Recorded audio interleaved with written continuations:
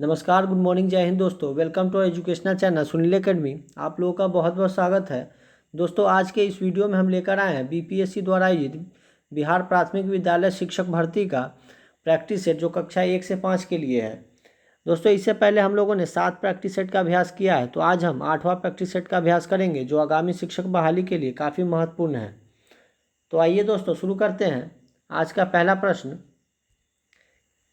पहला प्रश्न है कि बकरी का दूध गाय के दूध की अपेक्षा सुपाच्य होता है, क्योंकि ऑप्शन देख लेते हैं कि गाय के दूध में प्रोटीन अधिक होता है, बकरी के दूध में मिलने वाली वसा की संरचना सरल होती है, बकरी का दूध अधिक पौष्टिक होता है, या उपयुक्त में से एक से अधिक, या उपयुक्त में से कोई नहीं। तो देखिए, इसका जो आंसर होगा ऑप्शन नंबर 2, बकरी का जो दूध है। यहाँ देखिए कि बकरी के दूध में जो मिलने वाली वसा होती है वो क्या होती है, उसकी संरचना जो होती है वो सरल होती है। बकरी का दूध जो होता है गाय के दूध की अपेक्षा जो होता है सुपाच्य होता है। बकरी की दूध जो है जनित वसा की संरचना सरल होती है, परंतु आसानी से पच जाती है। बकरी का दूध जो है वो पतला भी होता है, और इसका जो औषधि के तौर पर हम लोग इसका प्रयोग करते हैं। आइए अगला प्रश्न देखते हैं।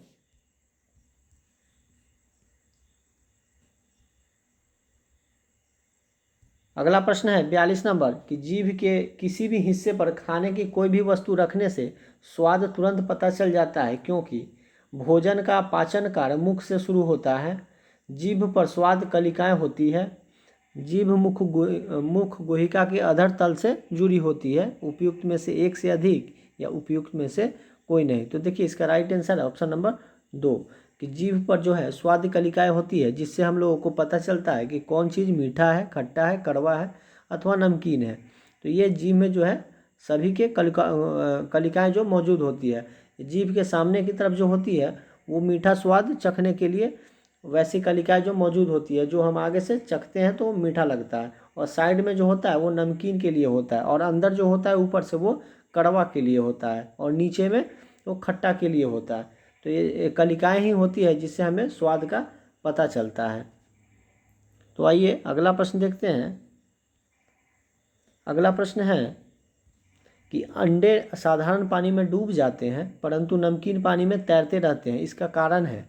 ऑप्शन देख लेते हैं कि नमकीन पानी का घनत्व साधारण पानी के घनत्व से अधिक होता है, साधारण पानी का घनत्व नमकीन पानी के घनत्व से अधिक होता है। तो इसका देखिए, इसका राइट आंसर है ऑप्शन नंबर 1 ही है कि नमकीन पानी का जो घनत्व होता है वो साधारण पानी की अपेक्षा अधिक होता है। तो इसलिए क्या होता है कि अंडे जो है वो साधारण पानी में डूब जाते हैं, परंतु नमकीन पानी में नहीं डूबते हैं, वो तैरते रहते हैं। आगे देखते हैं। अगला प्रश्न है, आज का चौथा प्रश्न है कि ठंड लगने पर कपकपी के साथ बुखार हो तो समझना चाहिए कि संक्रामक रोग फैलने की आशंका है, सर्दी के मौसम की पहली वर्षा हुई है, खून में मलेरिया की जीवाणु है, या उपयुक्त में से कोई नहीं, या उपयुक्त में से एक से अधिक। तो देखिए, इसका राइट आंसर हो जाएगा ऑप्शन नंबर 3 कि जब ठंड और कपकपी के साथ बुखार हो तो समझना चाहिए कि खून में जो है मलेरिया के जीवाणु है, मलेरिया के जीवाणु जो मौजूद है, इसलिए ये ठंड और कपकपी के साथ बुखार लगता है। आगे देखिए, 45 नंबर प्रश्न है, आज का 5वां प्रश्न। यदि शुक्र है संध्या तारे के रूप में दिखाई दे रहा है, तो आप उसे आकाश के किस भाग में पाएंगे। तो जो शुक्र जो है आकाश के जब संध्या में दिखाई दे तो वो पश्चिम दिशा में दिखाई देता है, संध्या तारा के रूप में। शुक्र है जो गर्म ग्रह है और लाल ग्रह है, और इसको हम लोग भोर का तारा या सांझ का तारा भी बोलते हैं, जो काफ़ी चमकीला होता है। तो शाम में जब ये दिखाई दे तो ये पश्चिम दिशा में दिखाई देता है। तो इसका राइट आंसर हो जाएगा ऑप्शन नंबर 3। आइए अगला प्रश्न देखते हैं। अगला प्रश्न है कि पर्वतारोहण जो है वो करते समय पर्वतारोही जो है अपने साथ ऑक्सीजन का सिलेंडर क्यों ले जाते हैं। तो ऑप्शन देख लेते हैं कि ऊंचाई के साथ ऑक्सीजन की मात्रा कम हो जाती है, शुद्ध हवा में सांस लेने के लिए उद्देश्य से, क्योंकि पहाड़ों पर अशुद्ध वायु अधिक होती है। तो देखिए, इसका राइट आंसर ऑप्शन नंबर 1 हो जाएगा। कि जैसे जैसे ऊंचाई पे हम लोग जाते हैं वैसे वैसे ऑक्सीजन की मात्रा जो होती है वो कम होती जाती है, इसलिए श्वास लेने में तकलीफ होती है, दिक्कत होती है। इसलिए पर्वतारोही जो होते हैं वो अपने साथ ऑक्सीजन का जो है सिलेंडर लेकर जाते हैं। अगला प्रश्न देखते हैं। अगला प्रश्न है कि मेरा गांव गुजरात के भूकंप क्षेत्रों में गिना जाता है। हम अपने घरों को बहुत अच्छे प्रकार से सजाते हैं। अपने घरों को सुरक्षित एवं सुंदर बनाने के लिए हम क्या करते हैं?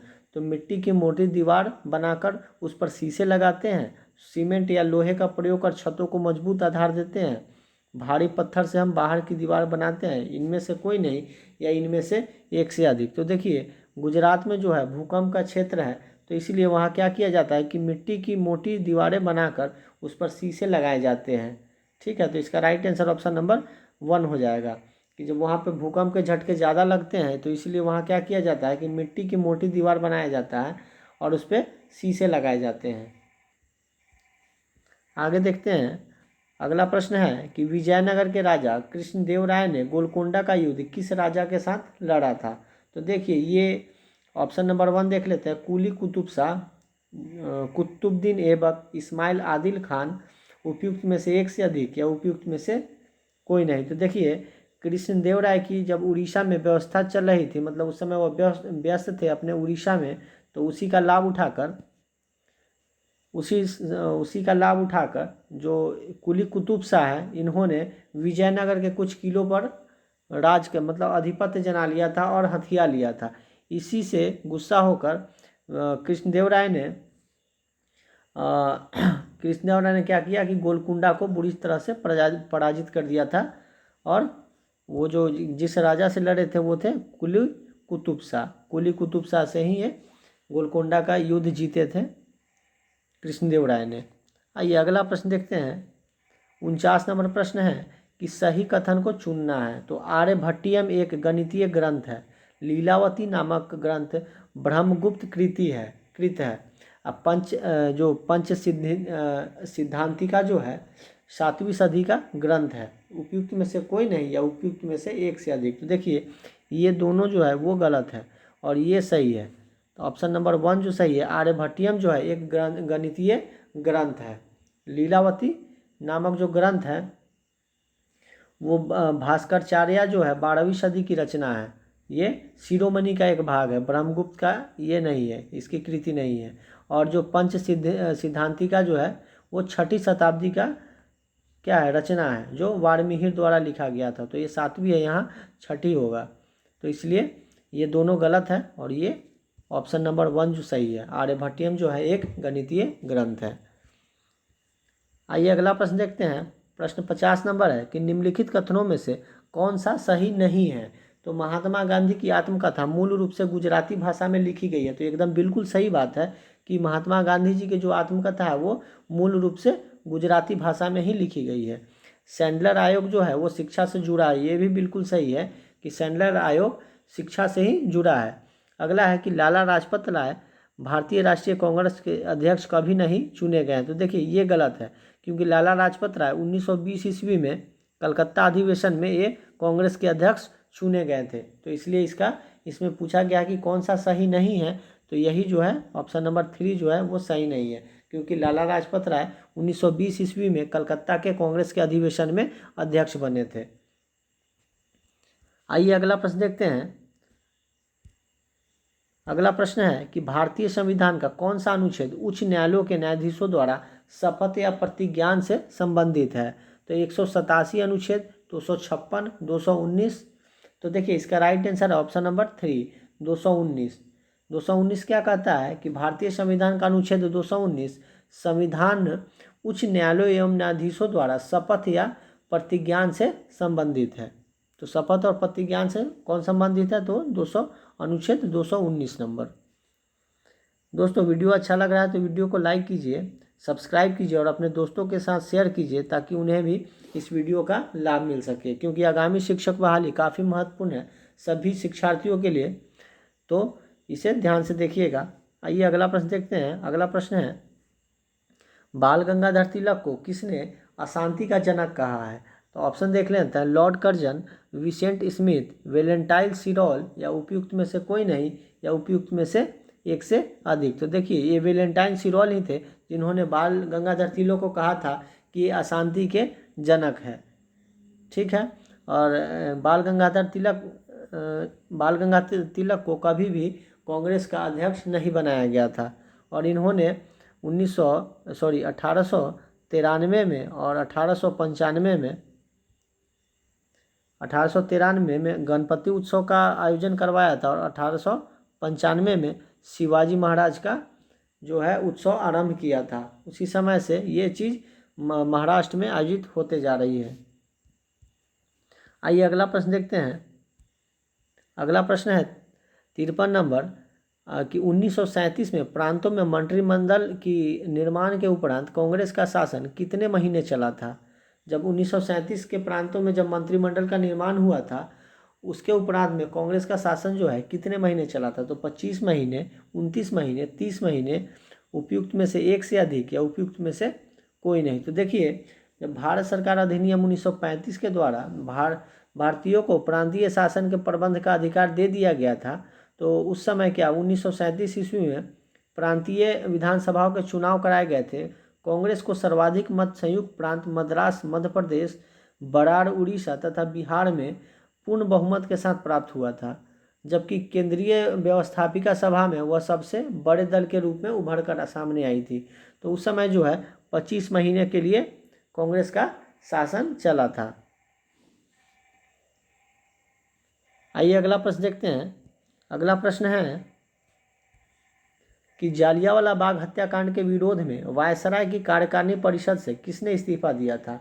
तो महात्मा गांधी, रविंद्रनाथ टैगोर, शंकरन नायर, उपयुक्त में से कोई नहीं, या उपयुक्त में से एक से अधिक। तो देखिए इसके बारे में हम लोग देखते हैं कि जालियांवाला बाग जो है हत्याकांड 13 अप्रैल 1919 के विरोध में भारतीय सदस्य जो है शंकरन नायर, इन्होंने ही वायसराय की कार्यकारिणी परिषद से अपना इस्तीफा सरकार को सौंप दिया था। रविंद्रनाथ टैगोर ने अपनी सर की उपाधि जो लौटा दी थी। साथ ही टैगोर ने कहा था कि समय आ गया है, अब सम्मान के तमगे अपमान के बेतुके संदर्भ में हमारे कलंक को सुस्पष्ट कर देते हैं, और जहाँ तक मेरा प्रश्न है, मैं सभी विशेष उपाधियों से रहित होकर अपने देशवासियों के साथ हर परिस्थिति में खड़ा होना चाहता हूँ। इन्होंने रविंद्रनाथ टैगोर जी ने कहा था। आइए अगला प्रश्न देखते हैं। 55 नंबर प्रश्न है कि बंगाल दुर्भिक्ष का वर्ष जो है जिसमें लाखों लोग दिवंगत हुए थे क्या है। 1942, 1943, 1945, उपयुक्त में से एक से अधिक, या उपयुक्त में से कोई नहीं। तो देखिए 1943-44 का वो समय था जब बंगाल में बांग्लादेश, भारत का जो पश्चिम बंगाल, बिहार तथा उड़ीसा में भयानक अकाल पड़ा था। भयानक अकाल पड़ने के कारण जिसमें लगभग 30 लाख लोगों की भूख के कारण मृत्यु हो गई थी। इस दुर्भिक्ष का एक महत्वपूर्ण कारण यह भी है कि बंगाल में अनाज उत्पादन की कमी को माना जाने लगा, लेकिन वास्तविकता यह था कि जब बर्मा और जापान के बर्मा पर जापान की कब्जा से वहाँ से चावल का आयात क्या किया गया था, आयात को रोक दिया गया था, और ब्रिटिश शासन ने अपने सैनिकों तथा युद्ध में लगे अन्य लोगों के लिए चावल की जमाखोरी बहु मात्रा में कर ली थी। इसलिए क्या हुआ था कि बंगालियों को आपातकालीन की स्थिति आ गई थी, आपात की स्थिति आ गई थी। भूखमरी से लगभग 30 लाख लोगों की मौत हो गई थी उस समय। ये अंग्रेज जो हैं काफ़ी क्रूर थे भारतीयों के लिए, क्योंकि ये उस समय बंगाल के लोगों को भूखे छोड़ दिए थे मरने के लिए, और अपने सैनिकों के लिए उन्होंने सारे अनाज को स्टोर करके और युद्ध में भेज रहे थे। आइए अगला प्रश्न देखते हैं। प्रश्न है 56 है कि किसके सुझाव पर भारतीयों को साइमन कमीशन से बाहर रखा गया था। तो हम लोग जानते हैं कि 1930 के समय में 1929-30 के समय में जब साइमन कमीशन 1928 में भारत आया था, तो उस समय जो बाहर रखा गया था वो लॉर्ड इरविन के बातों के बाद रखा गया, क्योंकि लॉर्ड इरविन ही उस समय भारत के वायसराय थे। 1919 के जब देखिए 1919 के ईस्वी के भारत सरकार अधिनियम में यह तय किया गया था कि अगले 10 वर्षों के उपरांत एक ऐसा आयोग गठित किया जाएगा जो इस अधिनियम जो है के प्रगति की समीक्षा करेगा। हर 10 वर्षों पे ऐसे आयोग गठित किए जाते थे। भारत भी द्वैत शासन प्रांतों से उब चुके थे, वे इनमें परिवर्तन लाना चाहते थे। अतः तत्कालीन ब्रिटिश जो है प्रधानमंत्री ने समय से पूर्व ही सॉन जॉन साइमंस को नेतृत्व में 7 सदस्यों वाले आयोग की स्थापना कर दी थी। मतलब समय 1 साल 2 साल पहले ही 1929 में होने समय था, लेकिन 1928 में ही क्या किया, इंग्लैंड के जो प्रधानमंत्री थे 1928 में ही साइमन कमीशन को भारत भेज दिया था। तो साइमन कमीशन लॉर्ड इरविन के कहने पर भारतीयों को साइमन कमीशन से बाहर रखा गया था। 8 नवंबर 1927 को आयोग की स्थापना की घोषणा कर दी गई थी और 3 फरवरी 1928 को यह कमीशन भारत आया था। कांग्रेसियों ने इस कमीशन को कहा था कि श्वेत कमीशन की संज्ञा दी थी और इसका विरोध भी किया था। तो ये लॉर्ड इरविन के कहने पर ही साइमन कमीशन से भारतीयों को बाहर रखा गया था। आइए अगला प्रश्न देखते हैं। अगला प्रश्न है कि निम्नलिखित में से किसने बाहरी ब्रिटिश सरकार को सुनाने के लिए केंद्रीय विधानसभा में 8 अप्रैल 1919 को बम फेंका था? तो भगत सिंह, राजगुरु, सुखदेव सिंह, बटुकेश्वर दत्त, इन चारों में से किसने फेंका था? तो आइए इसके बारे में देखते हैं। ऑप्शन 1 और 3, 2 और 3, 1 और 4, उपयुक्त में से कोई नहीं या उपयुक्त में से एक से अधिक। तो देखिए इसका राइट आंसर है, ये भगत सिंह थे और बटुकेश्वर दत्त। ये भगत सिंह और बटुकेश्वर दत्त ही थे जिन्होंने केंद्रीय विधानसभा में 8 अप्रैल 1929 को बम फेंके थे। आइए अगला प्रश्न देखते हैं। अगला प्रश्न है, देखिए 58 नंबर प्रश्न क्या कहता है कि प्राणियों में जनन अंग नर और मादा युग्मक उत्पन्न करते हैं जो संयलित होकर डैश बनाते हैं। तो डिंब, गर्भ, युग्मज, उपयुक्त में से एक से अधिक या उपयुक्त में से कोई नहीं। तो देखिए इसका राइट आंसर है युग्मनज बनाते हैं, जाइगोट बनाते हैं। प्राणियों में जब जनन अंग नर और मादा युग्म उत्पन्न करते हैं तो संयलित होकर क्या बनाते हैं, जाइगोट बनाते हैं। तो इसका राइट आंसर ऑप्शन नंबर 3 हो जाएगा। आइए अगला प्रश्न देखते हैं। अगला प्रश्न क्या करना है कि मिलान करवाना है लाला लाजपत राय, दादा भाई नौरोजी, रफीक जाकरिया, इनमें से कोई नहीं या इनमें से एक से अधिक। देखिए कौन से सुमेलित है, इन तीनों में से कौन सा सुमेलित है? तो देखिए लाला लाजपत राय जो है उन्होंने लिखा था अनहैप्पी इंडिया, तो इनका अनहैप्पी इंडिया हो गया। और दादा भाई नौरोजी जो है उन्होंने लिखा था poverty and un British rule in India. और रफीक जकेरिया जो है यही लिखे थे the man who divided India. तो ये आंसर सही है। तो इसका राइट आंसर हो जाएगा ऑप्शन नंबर 3, रफीक जकेरिया, क्योंकि लाला लाजपत राय जो है वो लिखे थे अनहैप्पी इंडिया, इनकी रचना थी। और दादा भाई नौरोजी की poverty and un British rule in India. और रफीक जकारिया ही थे जिन्होंने लिखा था the man who divided India. तो इसका राइट आंसर ऑप्शन नंबर 3 हो जाएगा।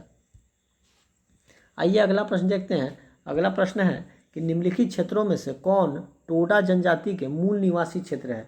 तो जौनसार पहाड़िया, गारो पहाड़िया, नीलगिरी पहाड़िया, या इनमें से कोई नहीं या इनमें से एक से अधिक। तो देखिए इसका राइट आंसर हो जाएगा नीलगिरी पहाड़िया। जो टोडा जनजाति का मूल निवास स्थान है वो तमिलनाडु में अवस्थित नीलगिरी की पहाड़ियों में है। यह दक्षिण भारत की सबसे बड़ी जनजाति के रूप में जानी जाती है। कौन? तो ये टोडा जनजाति जो है वो दक्षिण भारत की सबसे बड़ी जनजाति के रूप में जानी जाती है। और ये कहाँ पाई जाती है? तो ये दक्षिण में तमिलनाडु में नीलगिरी पहाड़ियों के पास पाई जाती है, निवास करते हैं लोग वहीं पे। आइए अगला प्रश्न देखते हैं कि रानी पद्मिनी का नाम अलाउद्दीन के चित्तौड़ विजय से जोड़ा जाता है, इसके पति का नाम क्या था? तो महाराणा प्रताप सिंह, रणजीत सिंह, राणा रतन सिंह, उपयुक्त में से एक से अधिक या उपयुक्त में से कोई नहीं। तो हम लोग जानते हैं कि ये राणा रतन सिंह थे जो रानी पद्मिनी के पति थे। आइए अगला प्रश्न देखते हैं। अगला प्रश्न है 62 नंबर कि निम्नलिखित युग्मों में से कौन सा सुमेलित नहीं है। तो नंगल बांध, सरदार सरोवर परियोजना, नागार्जुन सागर बांध, उपयुक्त में से एक से अधिक या उपयुक्त में से कोई नहीं। तो देखिए ये जो नांगल बांध है वो सतलज नदी पे ही बंधा हुआ है। सरदार सरोवर बांध जो है वो नर्मदा जो नदी पर है उसी पे बंधा हुआ है। लेकिन नागार्जुन सागर जो है वो गोदावरी पर नहीं है, वो कृष्णा नदी पे है। ये गोदावरी नदी पे नागार्जुन सागर बांध नहीं है, ये कृष्णा नदी पे है। ठीक है, ये कृष्णा नदी पे है। तो यही जो है इसका राइट आंसर है, यही जो गलत है तो इसलिए यही इसका राइट आंसर है। दोस्तों वीडियो अच्छा लग रहा है तो लाइक कीजिए और चैनल को ज़रूर सब्सक्राइब कीजिए। अपने दोस्तों के साथ वीडियो को शेयर कीजिए ताकि वो लोग भी इस प्रश्नों का लाभ ले सके और देख सके। आगामी शिक्षक बहाली काफ़ी महत्वपूर्ण है सभी अभ्यर्थियों के लिए, तो इसमें देरी न करें और शेयर जरूर करें इस वीडियो को। आइए दोस्तों अगला प्रश्न देखते हैं कि सूची एक को सूची 2 से सुमेलित कीजिए और सूचियों के नीचे दिए गए कूट का उपयोग करके सही उत्तर चुनिए। तो सूची 1 क्या है कि भोटिया, टोडा, सेंटलीज, बीरहोर। तो देखिए सेंटलीज है जो ऐसी जनजाति है जहाँ पे इंसान नहीं जाते हैं, वो अंडमान एंड निकोबार में है। यहाँ पे सेंटलीज जनजाति ही रहती है, कोई भी व्यक्ति जाते हैं तो ये लोग उनको मार देते हैं। तो इसलिए सी का हो जाएगा ऑप्शन नंबर 4। भोटिया जो है वो सिक्किम की है, भोटिया जो है वो सिक्किम की है। और जो टोटा जनजाति जो है अभी हम लोग देखे हैं कि ये तमिलनाडु की है। और बीरहोर जनजाति जो है वो झारखंड की है। तो इसलिए इसका राइट आंसर हो जाएगा ऑप्शन नंबर, देखते हैं कि भोटिया सी का ए का 3, बी का 1, सी का 4 और डी का 2। तो इसका 1 जो है ऑप्शन नंबर 1 इसका राइट आंसर हो जाएगा। आइए दोस्तों अगला प्रश्न देखते हैं, थोड़ा जल्दी करते हैं कि निम्नलिखित में से कौन सुमेलित नहीं है। लिपुलेख उत्तराखंड में, नाथुला अरुणाचल प्रदेश में, रोहतांग हिमाचल प्रदेश में, या उपयुक्त में से कोई नहीं या उपयुक्त में से एक से अधिक। तो देखिए ये लिपुलेख जो है वो उत्तराखंड में ही है, नाथुला जो है वो सिक्किम में है, ये अरुणाचल प्रदेश में नहीं है, ये कहाँ है, सिक्किम में है, ये सिक्किम में है। नाथुला जो है वो सिक्किम में है। रोहतांग जो दर्रा है वो हिमाचल प्रदेश में ही है। तो इसके ये सही है, ये सही है, परंतु ये गलत है और यहाँ जो है गलत ही पूछ रहा है। तो नाथुला जो है वो सिक्किम में है, हिमाचल प्रदेश में नहीं, इसलिए राइट आंसर यही हो जाएगा। आइए अगला प्रश्न देखते हैं। अगला प्रश्न क्या करता है कि आम्र वर्षा है, आमों की बौछार, आम का टपकना, ग्रीष्म ऋतु में केरल तथा पश्चिमी तटीय क्षेत्रों में होने वाली वर्षा, उपयुक्त में से एक से अधिक या उपयुक्त में से कोई नहीं। तो देखिए 65 का आंसर हो जाएगा ऑप्शन नंबर 3। आम्र वर्षा उसको कहते हैं जो ग्रीष्म ऋतु में केरल तथा पश्चिमी तटीय क्षेत्रों में होने वाली वर्षा को ही आम्र वर्षा कहते हैं। आइए अगला प्रश्न देखते हैं। अगला प्रश्न है कि पूर्वी घाट एवं पश्चिमी घाट का मिलन स्थल कहाँ पर है। तो अनाईमुड़ी, नीलगिरी, मलयगिरी, उपयुक्त में से कोई नहीं या उपयुक्त में से एक से अधिक। तो देखिए इसका राइट आंसर हो जाएगा ऑप्शन नंबर 2, ये नीलगिरी में इनका मिलन होता है। किसका, तो पूर्वी घाट और पश्चिमी घाट का नीलगिरी की पहाड़ियों में ही इनका मिलन होता है। और नीलगिरी की पहाड़ी कहाँ स्थित है, तो ये है तमिलनाडु में, साउथ के तमिलनाडु में नीलगिरी की पहाड़ी स्थित है। आइए अगला प्रश्न देखते हैं। अगला प्रश्न है कि फरवरी 2022 तक प्राप्त जानकारी के अनुसार आधुनिक आवर्त सारणी में कितने तत्व है। तो 148, 118, 108, उपयुक्त में से कोई नहीं या उपयुक्त में से एक से अधिक। तो देखिए आधुनिक आवर्त सारणी के अनुसार 2022 तक 118 जो तत्व है वो पाए जाते हैं। किसमें, आवर्त सारणी में 118 तत्व अभी रखे गए हैं। ठीक है, आधुनिक आवर्त सारणी मोसले द्वारा दी गई थी। मोसले को आधुनिक आवर्त सारणी का पिता कहा जाता है। ठीक है, आधुनिक आवर्त सारणी में तत्वों के नाम और प्रतीकों को बढ़ते हुए परमाणु क्रमांक के क्रम सूची में रखा गया है। इसमें अभी कुल 118 तत्व के रूप में तत्व है और उनके प्रतीक और परमाणु संख्या शामिल है। तो 118 इसका राइट आंसर हो जाएगा ऑप्शन नंबर 2। आइए आगे प्रश्न देखते हैं। अगला प्रश्न क्या कहता है कि निम्नलिखित में से कौन सा शीतोष्ण कटिबंधीय घास प्रदेश नहीं है। तो सवाना, पंपाज, वेल्ड, उपयुक्त में से कोई नहीं या उपयुक्त में से एक से अधिक। तो देखिए जो इसमें से शीतोष्ण कटिबंधीय घास प्रदेश है वो है सवाना। तो इसका राइट आंसर हो जाएगा ऑप्शन नंबर 1। आइए अगला प्रश्न देखते हैं। अगला प्रश्न है कि सोमेश्वर की पहाड़ी से निकलने वाली नदी कौन सी है? तो बूढ़ी गंगक, गंडक, कोसी, कमला, उपयुक्त में से एक से अधिक या उपयुक्त में से कोई नहीं। तो हम जानते हैं कि बूढ़ी गंडक जो है वो सोमेश्वर की पहाड़ी से यानी पश्चिमी चंपारण से ये निकलती है। तो सोमेश्वर की पहाड़ी जो है पश्चिमी चंपारण में ही है, तो बूढ़ी गंडक इसका राइट आंसर हो जाएगा। कोसी जो है वो ये और पूरब में है, तो ये सुपौल की तरफ है, तो ये नहीं है सोमेश्वर की पहाड़ी से। कमला भी नहीं है, तो इसका राइट आंसर ऑप्शन नंबर 1 हो जाएगा, बूढ़ी गंडक। अगला प्रश्न देखते हैं। प्रश्न है कि निम्नलिखित देशांतरों में कौन सी भारत की परमाणिक माध्य रेखा है वो कहलाती है? तो 87 डिग्री 30 डिग्री ईस्ट है, और 85 डिग्री 30 डिग्री ईस्ट है, और 82 और 30। तो यही इसका राइट आंसर है ऑप्शन नंबर 3। ये उड़ीसा से होकर गुजरती है, ये वाराणसी के पास से और नीचे में उड़ीसा से होते हुए नीचे गुजरती है, यही इसका राइट आंसर है। आइए अगला प्रश्न देखते हैं।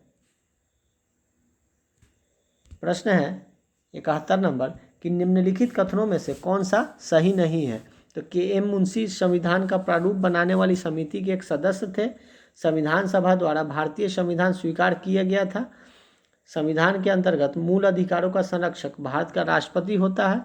उपयुक्त में से कोई नहीं या उपयुक्त में से एक से अधिक। तो देखिए इसका राइट आंसर हो जाएगा ऑप्शन नंबर 3। संविधान के अंतर्गत जो है, यही संविधान के अंतर्गत मूल अधिकारों का संरक्षक राष्ट्रपति नहीं होता है, ये उच्च न्यायालय होता है। सर्वोच्च न्यायालय जो है इसका क्या होता है, संरक्षक होता है, राष्ट्रपति नहीं होता है। इसलिए इसका यहाँ पे नहीं पूछा है, तो राइट आंसर ऑप्शन नंबर 3 हो जाएगा। आइए अगला प्रश्न देखते हैं। अगला प्रश्न है कि निम्नलिखित में से कौन सा एक भारतीय संविधान के उद्देश्यों को प्रतिबिंबित करता है? तो मौलिक अधिकार, संविधान की प्रस्तावना, राज्य के नीति निर्देशक तत्व, उपयुक्त में से एक से अधिक या उपयुक्त में से कोई नहीं। तो देखिए इसका राइट आंसर हो जाएगा ऑप्शन नंबर 2। संविधान का जो प्रस्तावना है वही क्या है, भारतीय संविधान के उद्देश्य को क्या करता है, प्रतिबिंबित करता है। कौन? संविधान का प्रस्तावना, इसलिए इसका राइट आंसर ऑप्शन नंबर 2 हो जाएगा। अगला प्रश्न है 73 नंबर कि प्रत्यक्ष बंदीकरण अधिनियम के अंतर्गत एक व्यक्ति पर बिना मुकदमा चलाए बंदी बनाया जा सकता है कितनों दिनों के लिए? तो 1 माह, 3 माह, 6 माह, उपयुक्त में से एक से अधिक या उपयुक्त में से कोई नहीं। तो देखिए बंदी जो है, प्रत्यक्ष बंदीकरण अधिनियम के अंतर्गत किसी व्यक्ति को बिना मुकदमा चलाए 3 माह तक बंदी बनाए जा रखने का प्रावधान है, 3 माह तक। तो इसका राइट आंसर ऑप्शन नंबर 2 हो जाएगा। अनुच्छेद 226 के अनुसार यदि निरोध 3 माह से अधिक अवधि के लिए है तो वह मामला क्या है, सलाहकार बोर्ड का निर्दिष्ट किया जाना चाहिए। ऐसे व्यक्ति को निरोध में तभी रखा जा सकता है जब सलाहकार बोर्ड इस बात पर सहमत हो कि ऐसे निरोध के लिए पर्याप्त आधार है। तो इसका राइट आंसर 3 हो जाएगा। आइए अगला प्रश्न देखते हैं।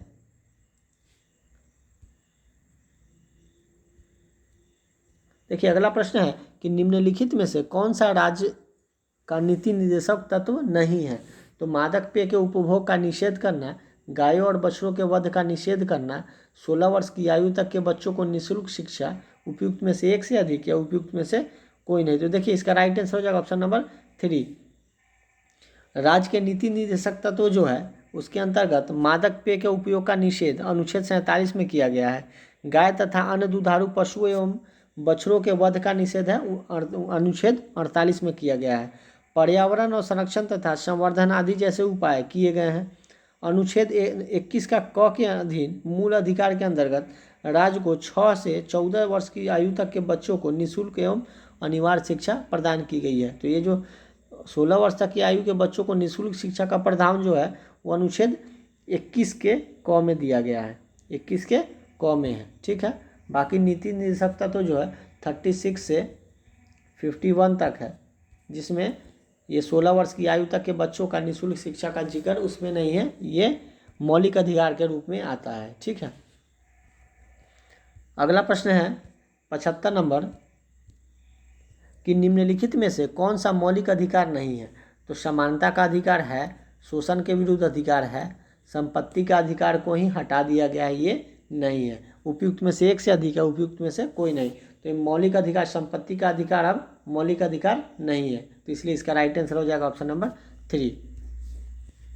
अगला प्रश्न है कि सिक्किम निम्नलिखित में से किस संविधान संशोधन द्वारा एक नया राज्य बना था? तो 30वें, 34वें, 36वें, उपयुक्त में से एक से अधिक या उपयुक्त में से कोई नहीं। तो देखिए इसका राइट आंसर हो जाएगा ऑप्शन नंबर 3। ये 36वें संविधान संशोधन के तहत जो 1975 में इसे पूर्ण राज्य का दर्जा, 22वां राज्य का दर्जा मिला था, ये 36वें संविधान संशोधन के तहत। आइए अगला प्रश्न देखते हैं। अगला प्रश्न क्या कहता है कि अनुसूचित जातियों और अनुसूचित जनजातियों के लिए लोकसभा तथा राज्य विधानसभाओं में सीटों के लिए आरक्षण का प्रावधान किस संविधान संशोधन में किया गया है? 76वें, 77वें, 79वें, उपयुक्त में से एक से अधिक या उपयुक्त में से कोई नहीं। तो देखिए इसका राइट आंसर हो जाएगा 79वां जो संविधान संशोधन है, इसी के तहत अनुसूचित जाति और जनजातियों के बारे में लोकसभा तथा राज्य विधानसभाओं में सीटों का आरक्षण का प्रावधान किया गया है। ठीक है, आइए अगला प्रश्न देखते हैं। अगला प्रश्न क्या कहता है कि भारत के सर्वोच्च न्यायालय ने संविधान की मूल संरचना सिद्धांत, बुनियादी ढांचा सिद्धांत का प्रतिपादन निम्नलिखित में से किस मुकदमे में किया है? तो गोलकनाथ बनाम पंजाब राज्य, सज्जन सिंह बनाम राजस्थान राज्य, केशवानंद भारती बनाम केरल राज्य, उपयुक्त में से एक से अधिक या उपयुक्त में से कोई नहीं। तो देखिए इसका राइट आंसर हो जाएगा ऑप्शन नंबर 3, केशवानंद भारती बनाम केरल राज्य। इसी में जो कहा गया है, देखिए कि केशवानंद भारती मामला जो है 1973 में उच्चतम न्यायालय की 13 सदस्यीय खंडपीठ ने संविधान के मूल ढांचे का सिद्धांत प्रस्तुत किया था। इसमें व्यवस्था दी गई थी कि अनुच्छेद 368 के तहत संसद की निश्चित शक्तियां जो है संविधान के मूल ढांचे को परिवर्तित नहीं कर सकती है। इसका तात्पर्य यह है कि संविधान के मूल ढांचे का हिस्सा बन चुके मूल अधिकारों को संसद में न तो कम कर सकती है और न ही हटा सकती है।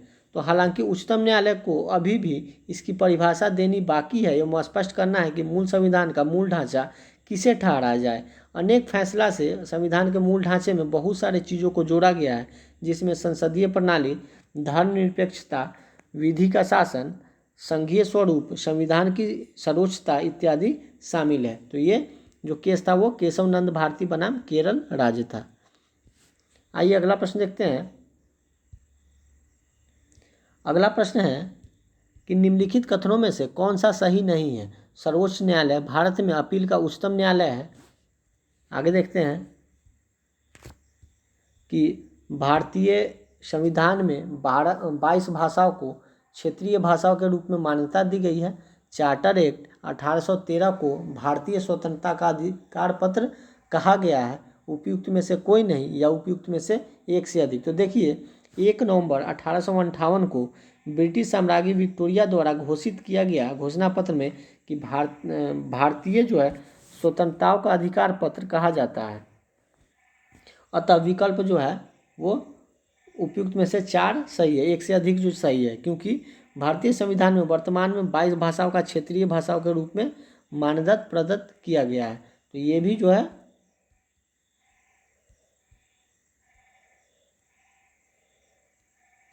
ये भी सही है, और ये जो 22 भाषा के बारे में दिया गया है ये भी सही है। ठीक है,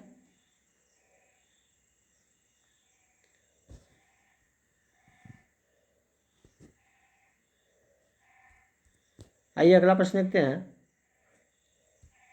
अगला प्रश्न है कि दूरदृष्टि निवारण के लिए काम में लेते हैं अवतल लेंस। दूरदृष्टि के लिए क्या करते हैं, उसके निवारण के लिए क्या करते हैं? तो अवतल लेंस लेते हैं, उत्तल लेंस लेते, उत्तल दर्पण, उत्तल लेंस, उपयुक्त में से एक से अधिक या उपयुक्त में से कोई नहीं। तो देखिए इसका राइट आंसर हो जाएगा दूरदृष्टि निवारण के लिए हम लोग उत्तल लेंस का प्रयोग करते हैं। तो इसका राइट आंसर उत्तल लेंस हो जाएगा। अगला प्रश्न है कि किस धातु ने बनाया मिश्र धातु हवाई जहाज तथा रेल के डिब्बों में पुर्जों के काम में लिया जाता है? तो तांबा, लोहा, एल्युमिनियम, उपयुक्त में से एक से अधिक या उपयुक्त में से कोई नहीं। तो देखिए इसका राइट आंसर हो जाएगा एल्युमिनियम। एल्युमिनियम का प्रयोग ही मिश्र धातु हवाई जहाज एवं रेल डिब्बों के पुर्जों में काम के लिए लिया जाता है। अगला प्रश्न है कि निम्नलिखित में से किस समिति की संस्तुतियों के आधार पर भारत में गरीबी रेखा का आकलन किया जाता है? दत्त समिति, लकड़ावाला समिति, चलैया समिति, उपयुक्त में से कोई नहीं या उपयुक्त में से एक से अधिक। तो देखिए, योजना आयोग ने देश में निर्धनता के माप के लिए 1989 ईस्वी में प्रोडीटी लकड़ावाला की अध्यक्षता में एक विशेषज्ञ दल का गठन किया था। कब किया था? तो 1979 में। और किसके अध्यक्ष में? तो ये लकड़ावाला समिति के अध्यक्ष में। अब देखिए, 1993 में इस दल ने अपनी रिपोर्ट प्रस्तुत की कि 89 में बनाया गया था, लेकिन रिपोर्ट जब प्रस्तुत किया गया तो वो 1993 में इस दल ने अपनी रिपोर्ट प्रस्तुत की। प्रोफेसर लकड़ावाला इसके सुझाव को 9वीं पंचवर्षीय योजना में निर्धनता के माप के लिए योजना आयोग से स्वीकार कर लिया। लकड़ावाला समिति जो है के सिफारिश के परिणाम स्वरूप कोई विशिष्ट या निर्धारण निर्धनता रेखा नहीं होती है, बल्कि इसके स्थान पर राज्य की विशिष्ट निर्धनता रेखा होती है, जिसमें एक अखिल भारतीय निर्धनता रेखा का निर्धारण किया जा सकता है। तो देखिए, इसका राइट आंसर है ऑप्शन नंबर 2। लकड़ावाला समिति ही 1989 में इसको दिया गया था इसकी अध्यक्षता में, और ये जब लकड़ावाला रिपोर्ट सौंपता था तो उस समय हो गया था 1993 में ये रिपोर्ट सौंपा था।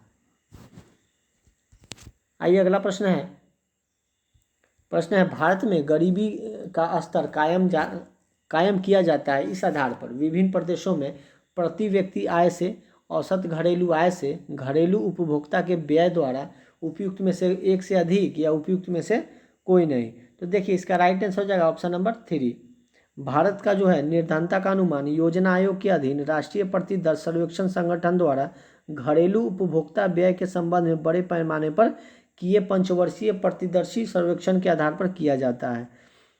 जो NSSO जिसका फुल फॉर्म है कि राष्ट्रीय प्रतिदर सर्वेक्षण संगठन जो है गरीबी के आकलन के प्रति व्यक्ति मासिक उपभोग व्यय का आधार बनाया गया है। तो इसलिए इसका राइट आंसर हो जाएगा ऑप्शन नंबर 3। घरेलू उपभोक्ता के व्यय द्वारा ही भारत में गरीबी का स्तर कायम किया जाता है।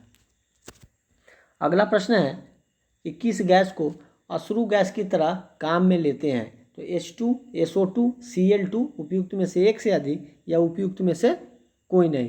तो देखिए, इसका राइट आंसर हो जाएगा Cl2। Cl2 अर्थात क्लोरीन गैस का प्रयोग अश्रु गैस के लिए यानी आंसू गैस के लिए होता है। इस गैस का प्रयोग भीड़ को हटाने के लिए आंसू गैस के रूप में होता है। यह हाइड्रोजन के साथ मिलकर अभिक्रिया करती है। क्लोरीन गैस ही आंसू गैस कहलाता है। आइए अगला प्रश्न देखते हैं कि रसायन उद्योग में कौन सा तेजा मूल रासायनिक माना जाता है? H2CO3, HNO3, H2SO4 उपयुक्त में से एक से अधिक या उपयुक्त में से कोई नहीं। तो देखिए, H2SO4 यानी हाइड्रोक्लोरिक सल्फ्यूरिक एसिड जो है, इसको सल्फ्यूरिक एसिड जो है ये क्या होता है? तीव्र अकार्बनिक अम्ल है, जिसका उपयोग आधुनिक उद्योग जगत में किया जाता है।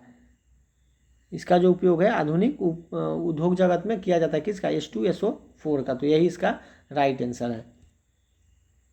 अगला प्रश्न देखते हैं। अगला प्रश्न है कि कांग्रेस बिहारी नेता की अध्यक्षता में किस बिहारी नेता की अध्यक्षता में भारतीय राष्ट्रीय कांग्रेस का एक विशेष अधिवेशन अगस्त 1918 में बम्बई में हुआ था? तो सैयद हसन इमाम, मजरूल हक, अली इमाम उपयुक्त में से कोई नहीं या उपयुक्त में से एक से अधिक। तो देखिए, इसका राइट आंसर हो जाएगा सैयद हसन इमाम जो है मोंटेग्यू चेम्सफोर्ड रिपोर्ट पर विचार विमर्श के लिए यह अधिवेशन हुआ था 1918 में। तो इसका राइट आंसर ऑप्शन नंबर 1 हो जाएगा। सैयद हसन इमाम जो 1918 के विशेष अधिवेशन में, कांग्रेस के विशेष अधिवेशन हुआ था, उसमें ये अध्यक्ष बने थे, जो बिहार के थे। आइए अगला प्रश्न देखते हैं कि 28 नवंबर 2022 को मुख्यमंत्री नीतीश कुमार द्वारा गंगा जल आपूर्ति योजना का उद्घाटन किस स्थान पर किया गया था? तो ये था राजगीर में ही इन्होंने इस चीज़ का उद्घाटन किया था। आइए अगला प्रश्न देखते हैं कि निम्नलिखित में से कौन सा भागलपुर से मिर्जा चौकी की और रेल मार्ग से बिहार का अंतिम रेलवे स्टेशन है? तो Kahalgaon railway station, Pirpainti railway station, Ammapali railway station उपयुक्त में से एक से अधिक या उपयुक्त में से कोई नहीं। तो देखिए, इसका राइट आंसर है पीरपैंती जो रेलवे स्टेशन है वो लास्ट में पड़ता है। ये भागलपुर के मिर्जा चौकी की और रेल मार्ग में बिहार का अंतिम railway station Pirpainti railway station ही है। आइए अगला प्रश्न देखते हैं। अगला प्रश्न है कि परमाणु के नाभिक में निम्नलिखित कण होते हैं: प्रोटॉन एवं न्यूट्रॉन, इलेक्ट्रॉन एवं अल्फा कण, प्रोटॉन एवं इलेक्ट्रॉन, और उपयुक्त में से एक से अधिक या उपयुक्त में से कोई नहीं। तो देखिए इसका राइट आंसर हो जाएगा ऑप्शन नंबर 1। परमाणु के जो नाभिक में होता है वो प्रोटॉन और न्यूट्रॉन पाया जाता है, और इलेक्ट्रॉन जो होता है वो बाहरी कक्षा में पाया जाता है, इसलिए इसका राइट आंसर ऑप्शन नंबर 1 हो जाएगा, प्रोटॉन एवं न्यूट्रॉन। आइए अगला प्रश्न देखते हैं। अगला प्रश्न है कि किसी अति चालक द्वारा प्राप्त अधिकतम ताप होता है तो 24 केल्विन, 133 केल्विन, 150 केल्विन, या उपयुक्त में से कोई नहीं, या उपयुक्त में से एक से अधिक। तो देखिए किसी अति चालक द्वारा प्राप्त अधिकतम जो ताप होता है वो 133 केल्विन होता है। ठीक है। अति चालकता की खोज जो है 1911 ईस्वी में केमरलिन ओन्स के द्वारा किया गया था। अत्यंत निम्न ताप पर कुछ पदार्थों का विद्युत प्रतिरोध जो होता है वो शून्य हो जाता है, जिसे इन्हें हम क्या कहते हैं, अतिचालक कहा जाता है। तो इसका right answer option number b हो जाएगा। 133 केल्विन जो है अतिचालक द्वारा प्राप्त अधिकतम जो तापमान है। आइए अगला प्रश्न देखते हैं। अगला प्रश्न क्या कहता है कि जल में वायु का एक बुलबुला कार्य करेगा उत्तल दर्पण की तरह, अवतल लेंस की तरह, अवतल दर्पण के जैसा, उपयुक्त में से कोई नहीं, या उपयुक्त में से एक से अधिक। तो देखिए कि जल में वायु का जो बुलबुला होता है अवतल लेंस की तरह व्यवहार करता है। ठीक है, क्योंकि पानी का अपवर्तनांक जो होता है वायु से अधिक होता है। इसके विपरीत यदि लेंस को किसी ऐसे द्रव में डुबाया जाए जिसका अपवर्तनांक लेंस के अपवर्तनांक से अधिक हो तो इस स्थिति में लेंस की जो प्रकृति है परिवर्तित हो जाती है, अर्थात उत्तल लेंस अवतल लेंस की भांति और अवतल लेंस जो है उत्तल लेंस की भांति व्यवहार करना प्रारंभ कर देती है। तो 91 का जो हो जाएगा अवतल लेंस की तरह काम करेगा। कौन? तो जब वायु में बुलबुला जो है जल में वायु का एक बुलबुला अवतल लेंस की तरह काम करेगा। आइए अगला प्रश्न देखते हैं। अगला प्रश्न है कि निम्नलिखित एसआई यूनिट में कौन सा सही सुमेलित नहीं है, नहीं पूछ रहा है। तो कार्य का जूल होता है, बल का न्यूटन होता है, दाब का डाइन होता है, उपयुक्त में से एक से अधिक, या उपयुक्त में से कोई नहीं। तो देखिए कार्य का तो जूल होता है, हम लोग जानते हैं, बल का भी न्यूटन होता है, लेकिन दाब का जो होता है वो पास्कल होता है, डाइन नहीं होता है। तो इसलिए इसका ये गलत है। दाब का क्या होता है? पास्कल होता है। और डाइन जो है और द्रव्यमान जो है, द्रव्यमान का क्या होता है? किलोग्राम होता है। तो इसलिए यहाँ पे क्या है, ये गलत है, यहाँ पे ये गलत है। तो इसलिए राइट आंसर इसका हो जाएगा ऑप्शन नंबर 3, यही सही सुमेलित नहीं है, क्योंकि दाब का होता है पास्कल। अगला प्रश्न देखते हैं कि ट्यूमर संसूचित करने में प्रयुक्त रेडियो समस्थानिक है: आर्सेनिक 74, कोबाल्ट 60, सोडियम 24, उपयुक्त में से एक से अधिक, या उपयुक्त में से कोई नहीं। तो देखिए इसका राइट आंसर हो जाएगा ऑप्शन नंबर 1। आर्सेनिक जो 74 है ये ट्यूमर, कोबाल्ट 60 से कैंसर, इससे क्या होता है? ट्यूमर। आर्सेनिक 74 से क्या होता है? ट्यूमर। और कोबाल्ट 60 से क्या होता है? कैंसर। और सोडियम 64 से रक्त व्यक्तिक्रम की पहचान, और कार्बन 14 से पुरानी वस्तुओं की आयु ज्ञात की जाती है। यानी कार्बन 14 अगर रहेगा तो उससे पुरानी वस्तुओं को हम लोग ज्ञात करेंगे कि कितनी पुरानी है। और कोबाल्ट से जो होता है वो कैंसर की पहचान की जाती है। और सोडियम 64 से रक्त जो है व्यतिक्रम की पहचान की जाती है। सोडियम 24 से क्या किया जाता है कि रक्त व्यतिक्रम का प्रयोग जो होता है पहचान किया जाता है।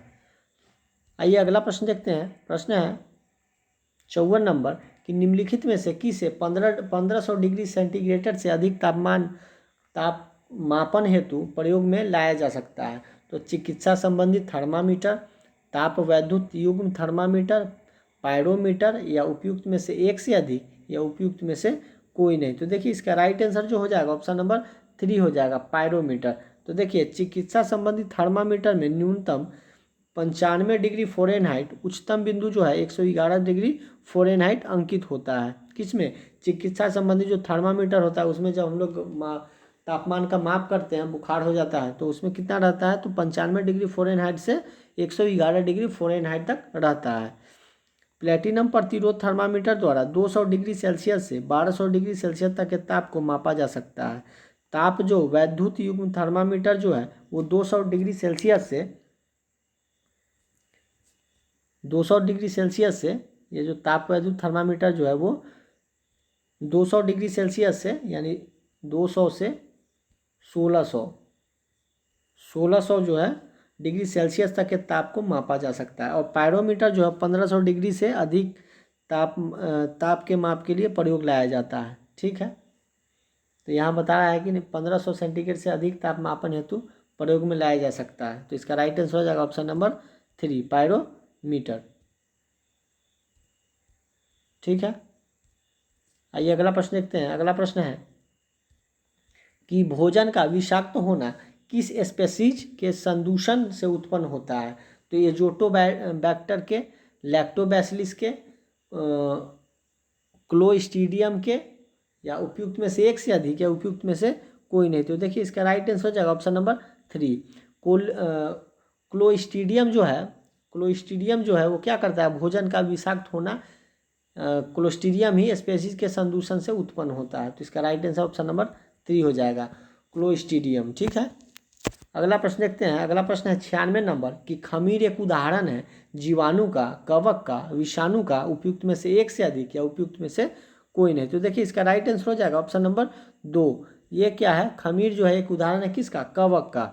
तो सभी कवक जो है पर्णहरित विहीन होते हैं, अतः ये अपना भोजन स्वयं नहीं बनाते हैं बल्कि विविध पोषी होते हैं, दूसरे के द्वारा बनाया गया भोजन को ये संग्रह करते हैं। ये संवहन उत्तक रहित होते हैं, इसमें संचित भोजन ग्लाइकोजन के रूप में रहता है। खमीर कवक का ही एक क्या है, उदाहरण है। तो खमीर जो है वो कवक का उदाहरण है। तो इसका राइट आंसर ऑप्शन नंबर 2 हो जाएगा। आइए अगला प्रश्न देखते हैं। अगला प्रश्न है कि एड्स के लिए उत्तरदायी विषाणु उदाहरण है ग्रंथि विषाणु का, किमीर विषाणु का, रेट्रो विषाणु का, उपयुक्त में से एक से अधिक, या उपयुक्त में से कोई नहीं। तो देखिए इसका राइट आंसर हो जाएगा ऑप्शन नंबर 3, रेट्रो विषाणु का ये क्या है, उदाहरण है, HIV। अगला प्रश्न है 98 नंबर, क्या कहता है प्रश्न कि निम्नलिखित जंतुओं में से किसमें 3 प्रकाष्ठ वाला हृदय होता है। तो बंदर में, मगर में, मेढक में, उपयुक्त में से कोई नहीं, या उपयुक्त में से एक से अधिक। तो देखिए कि जो एम्फीबिया जल एवं थल दोनों में पाए जाने वाले जीव है, इसका जो क्या नाम है, एम्फीलिया तथा उभयचर रखा गया है। इसमें क्या होता है, 3 यानी 3 चेंबर होते हैं, अर्थात इनमें 2 अलिंद एवं 1 निलय उपस्थिति होती है। इसके लाल रुधिकरण में केंद्रक उपस्थित होता है। तो विकल्प में मेढक केवल एक ही उभयचर है, अतः विकल्प 3 जो है वो सही है, मेढक। यही जो है मेढक में ही क्या 3 प्रकाष्ठ वाला हृदय पाया जाता है, जो पानी में भी रहता है और बाहर रहता है। जब दोनों में रहता है उसको 3 होता है, जो बाहर रहता है उसको 2 रहता है, और जो पानी में रहता है उसको 4 रहता है। और जब पानी और बाहर दोनों रहता है उसको क्या रहता है, 3 प्रकोष्ठ वाला हृदय रहता है। ठीक है, समझ गए। आइए अगला प्रश्न देखते हैं। निम्नलिखित विटामिनों में से कौन सा किसी स्वप्न को प्राप्त समय तक याद रखने में मददगार होता है। तो vitamin A, vitamin D, vitamin B6, उपयुक्त में से एक से अधिक, या उपयुक्त में से कोई नहीं। तो देखिए विटामिन B6 ही है जिसका रासायनिक नाम पायरोडॉक्सिन है। यह हरी सब्जियां, मांस, कलेजी इत्यादि में अधिक मात्रा में पाया जाता है। इसकी कमी से शारीरिक वृद्धि जो है उसमें रुकावट आने लगती है, और व्यक्ति जो है एनीमिया का शिकार होने लगता है। यह स्वप्न को पर्याप्त समय तक याद रखने का मददगार होता है। कौन, तो विटामिन B6। तो इसलिए इसका राइट आंसर हो जाएगा ऑप्शन नंबर C यानी 3।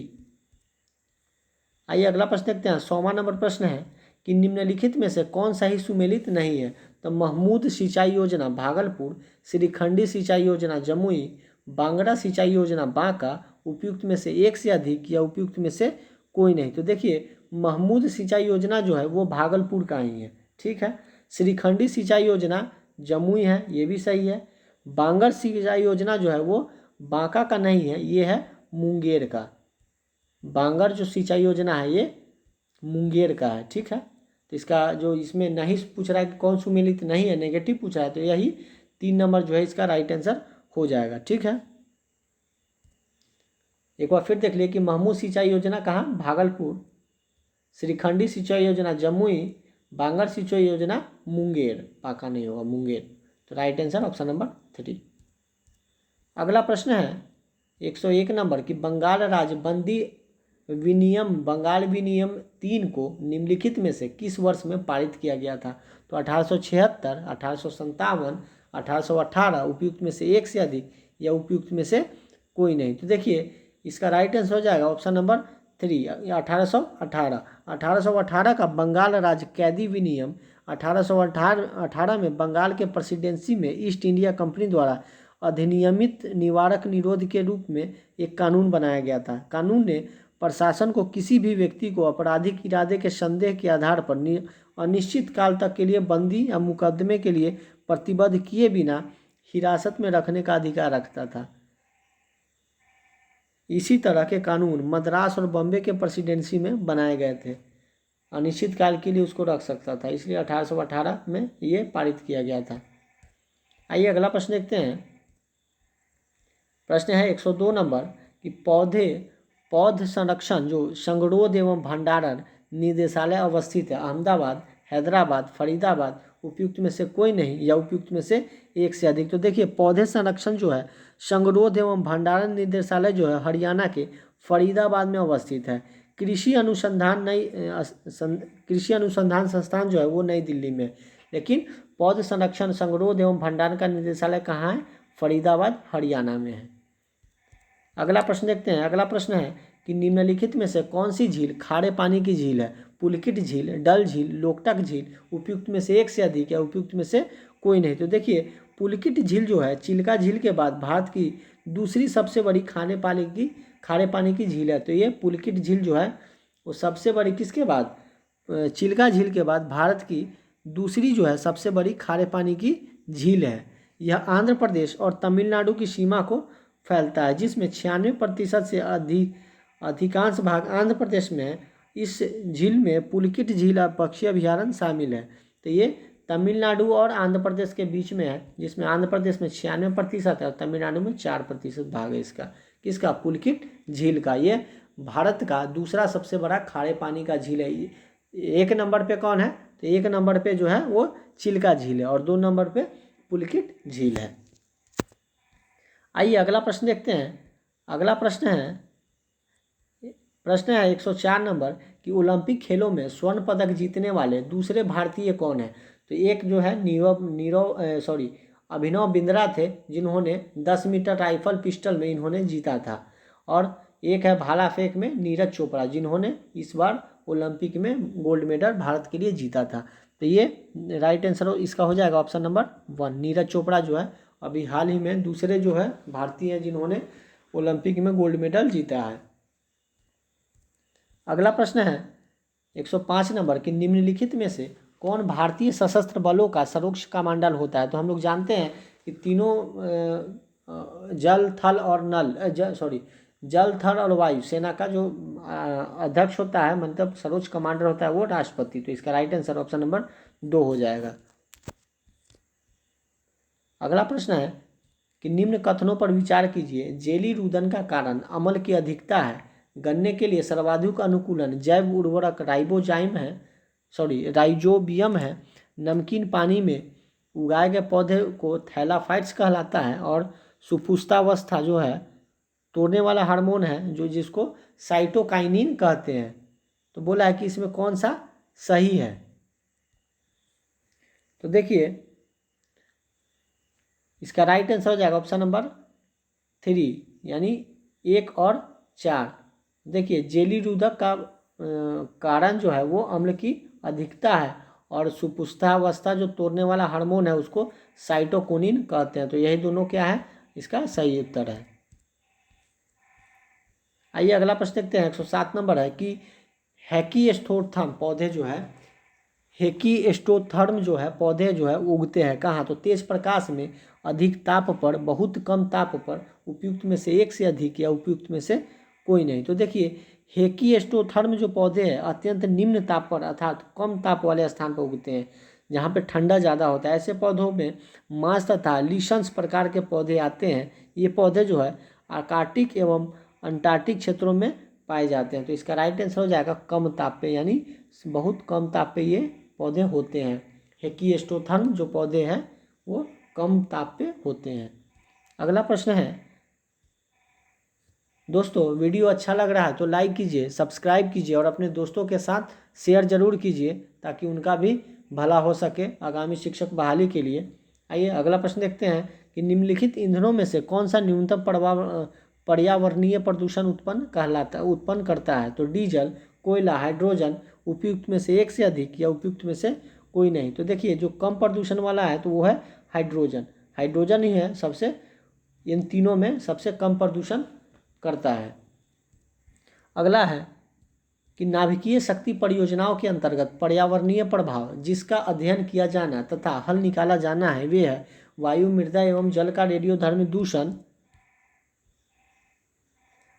वन आरोपण तथा पेड़ पौधे एवं जंतु समूह की क्षति, रेडियोधर्मी अपशिष्ट का निस्तांतरण, या उपयुक्त में से एक से अधिक या उपयुक्त में से कोई नहीं। तो देखिए ये जो सारे जो चीज़ है यानी वन आरोपण तथा पेड़ पौधे एवं जंतु समूह की क्षति भी होती है, रेडियोधर्मी अपशिष्ट का निस्तारण भी होता है और